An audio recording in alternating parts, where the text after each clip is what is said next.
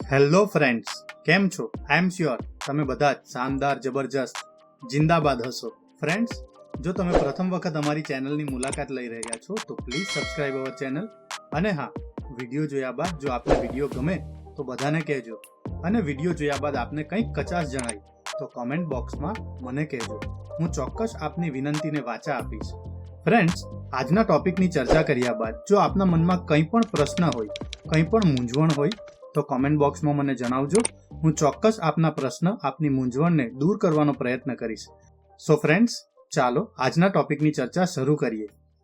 નમસ્કાર મિત્રો, આજના વિડીયોમાં આપણે જોઈશું રાઇટ ટુ એજ્યુકેશન એટલે કે RTE અંતર્ગત આપણે ફોર્મ ભરતી વખતે કઈ કઈ બાબતોને ધ્યાનમાં રાખવી જોઈએ કે જેના કારણે આપણા ફોર્મ રિજેક્ટ ન થાય. અહીં ધ્યાનમાં રાખવા જેવી બાબતમાં આપણે સૌથી પહેલા જન્મના દાખલા વિશે ચર્ચા કરીશું, ત્યારબાદ રહેઠાણનો પુરાવો, ત્યારબાદ આવકનો દાખલો, ત્યારબાદ જાતિનો દાખલો, ત્યારબાદ સેલ્ફ ડિક્લેરેશન, ત્યારબાદ આંગણવાડીમાં અભ્યાસ કરતા બાળક અંગે ચર્ચા કરીશું અને અંતે અન્ય મહત્વની બાબતો વિશે પણ ચર્ચા કરીશું. ફ્રેન્ડ્સ, સૌથી પહેલા આપણે જન્મના દાખલા અંગે ચર્ચા કરીશું. જ્યારે પણ આપણે RTE અંતર્ગત ઓનલાઈન અરજી કરતા હોય તો અહીં આપણે જન્મના દાખલાની ઓરિજિનલ કોપી જ અપલોડ કરવી જોઈએ. જો આપણે અહીં જન્મના દાખલાની ઝેરોક્સ કોપી અપલોડ કરીશું એટલે કે black and white copy upload કરીશું તો તે અમાન્ય ગણાશે.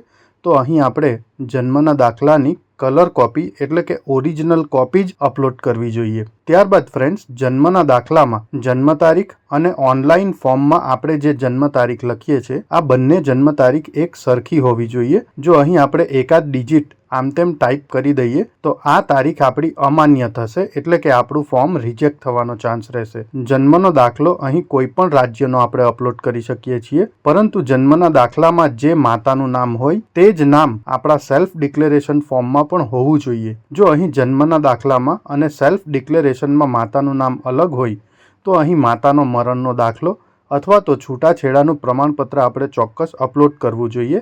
જો અહીં આપણે અધર ડોક્યુમેન્ટમાં મરણનો દાખલો એટલે કે માતાનો મરણનો દાખલો અથવા છૂટાછેડાનું પ્રમાણપત્ર અપલોડ ન કરીશું તો આપણું ફોર્મ 100% રિજેક્ટ થશે. અહીં માતા પિતાના નામમાં વિસંગતતા હોય એટલે કે જન્મના દાખલામાં જે નામ હોય અને સેલ્ફ ડિક્લેરેશનમાં જો અલગ નામ હોય એટલે કે કુમારી, કુમાર આ રીતનું અલગ નામ જો અપલોડ થયું હોય તો એના માટે આપણે એફિડેવિટ ફરજિયાત અપલોડ કરવું જોઈએ. જો આપણે અહીં એફિડેવિટ અપલોડ ન કરીશું તો આપણી અરજી રિજેક્ટ થશે. ત્યારબાદ ફ્રેન્ડ્સ, આપણે રહેઠાણના પુરાવાની ચર્ચા કરીશું. અહીં તમે જોઈ શકો છો કે રહેઠાણના પુરાવામાં માન્ય ડોક્યુમેન્ટ તરીકે આપણે આધાર કાર્ડ, પાસપોર્ટ, વીજળી બિલ, પાણી બિલ, ચૂંટણી કાર્ડ અથવા રેશન કાર્ડ આ 6 પ્રકારના ડોક્યુમેન્ટ આપણે અપલોડ કરી શકીએ છીએ. અહીં મોટા ભાગે આપણે રહેઠાણના પુરાવામાં આધાર કાર્ડ અપલોડ કરતા હોઈએ છીએ. અહીં આધાર કાર્ડ આપણે પિતાનો અપલોડ કરવાનો છે. જો આપણે બાળકનો આધાર કાર્ડ રહેઠાણના પુરાવા તરીકે અપલોડ કરીશું તો તે અરજી આપણી અમાન્ય ગણાશે એટલે કે રિજેક્ટ થશે. તો અહીં આપણે રહેઠાણના પુરાવામાં આધાર કાર્ડ પિતાનો જ અપલોડ કરવો જોઈએ. જો આપણે રહેઠાણના પુરાવામાં રેશન કાર્ડ અપલોડ કરીએ તો અહીં રેશન કાર્ડ જેના નામનો હોય એની સાથે નીચે સમગ્ર પરિવારના નામમાં પિતાનું નામ અને સાથે સાથે બાળકનું નામ પણ હોવું જોઈએ. જો અહીં આપણે ભાડાના ઘરમાં રહેતા હોય તો આપણે રહેઠાણના પુરાવામાં ભાડા કરાર અપલોડ કરી શકીએ. પરંતુ એક વસ્તુ ખાસ ધ્યાન રાખવી કે ભાડા કરારમાં ફક્ત નોટરી મૂકીએ તો તે અમાન્ય રહેશે. અહીં નોટરીના સ્થાને આપણે રજિસ્ટર્ડ ભાડા કરાર જ મૂકવું જોઈએ. જો રજિસ્ટર્ડ ભાડા કરાર ન મૂકીએ તો આપણી અરજી અમાન્ય થશે. અહીં રજિસ્ટર્ડ ભાડા કરારમાં ઘણા બધા પેજ હોવાથી આપણે આ ડોક્યુમેન્ટની PDF જ અપલોડ કરવી જોઈએ જે 5 MB કરતાં ઓછી સાઇઝની હોવી જોઈએ. અહીં એક વસ્તુ ખાસ ધ્યાનમાં રાખવી કે રહેઠાણના પુરાવામાં પિતાનો પુરાવો જ માન્ય ગણાશે. જો અહીં આપણે રહેઠાણના પુરાવામાં બાળકનો આધાર કાર્ડ અપલોડ કરીશું તો તે અમાન્ય થશે. અને અહીં આપણે રહેઠાણના પુરાવામાં જો માતાનો આધાર કાર્ડ અથવા તો અન્ય કોઈ ડોક્યુમેન્ટ અપલોડ કરીશું તો સાથે સાથે આપણે પિતાનો મરણનો દાખલો અથવા તો છૂટાછેડાના પ્રમાણપત્ર મૂકવા જરૂરી છે. જો આ ડોક્યુમેન્ટ અપલોડ ન કરેલા હશે તો આપણો રહેઠાણનો પુરાવો અમાન્ય થશે અને આપણી અરજી પણ અમાન્ય થશે.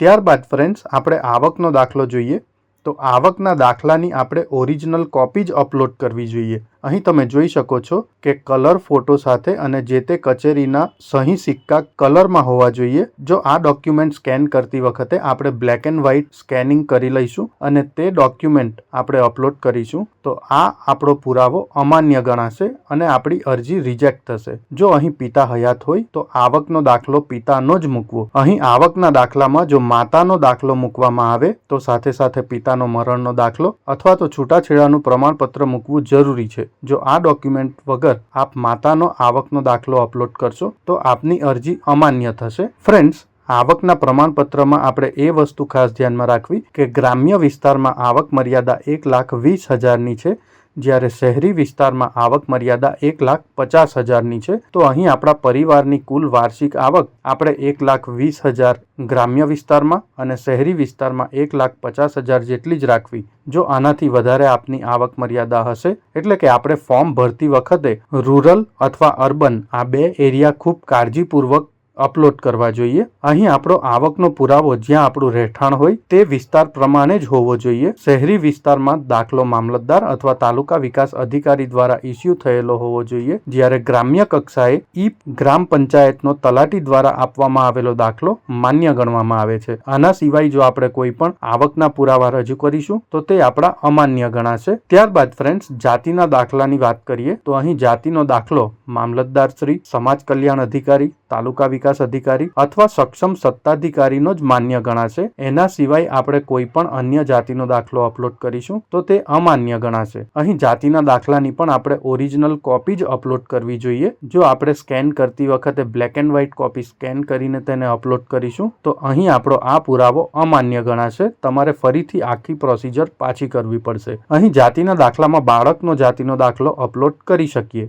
ઓબીસી કેન્ડિડેટ એટલે કે SEBC બક્ષીપંચ કેન્ડિડેટ માટે જાતિનો દાખલો અપલોડ કરવો ફરજિયાત છે. અહીં એક વસ્તુ ખાસ ધ્યાનમાં રાખવી કે જાતિના દાખલામાં પરિશિષ્ટ ક એટલે કે નોન ક્રિમિલિયર સર્ટી માન્ય ગણાશે નહીં. તો આ વસ્તુ ઓબીસી કેન્ડિડેટે ખાસ ધ્યાનમાં રાખવી. ફ્રેન્ડ્સ, જાતિનો દાખલો ગુજરાત રાજ્યનો જ માન્ય ગણાશે. ગુજરાત સિવાય આપણે અન્ય રાજ્યના જાતિના દાખલા અપલોડ કરીશું તો તે અમાન્ય ગણાશે. ત્યારબાદ ફ્રેન્ડ્સ, સેલ્ફ ડિક્લેરેશનની ચર્ચા કરીએ તો સેલ્ફ ડિક્લેરેશન માટે આપણે નિયત નમૂનાનું પ્રમાણપત્ર જ અપલોડ કરવું. આપણે સેલ્ફ ડિક્લેરેશન માટે જાતે કોઈ પ્રમાણપત્ર બનાવીને અપલોડ કરીશું તો તે અમાન્ય ગણાશે. અહીં સેલ્ફ ડિક્લેરેશનની ઓરિજિનલ કોપી જ અપલોડ કરવી જોઈએ. એટલે કે સ્કેન કરતી વખતે પણ આપણે ખાસ ધ્યાનમાં રાખવું કે આપણી જે તે કોપી કલરમાં રહે.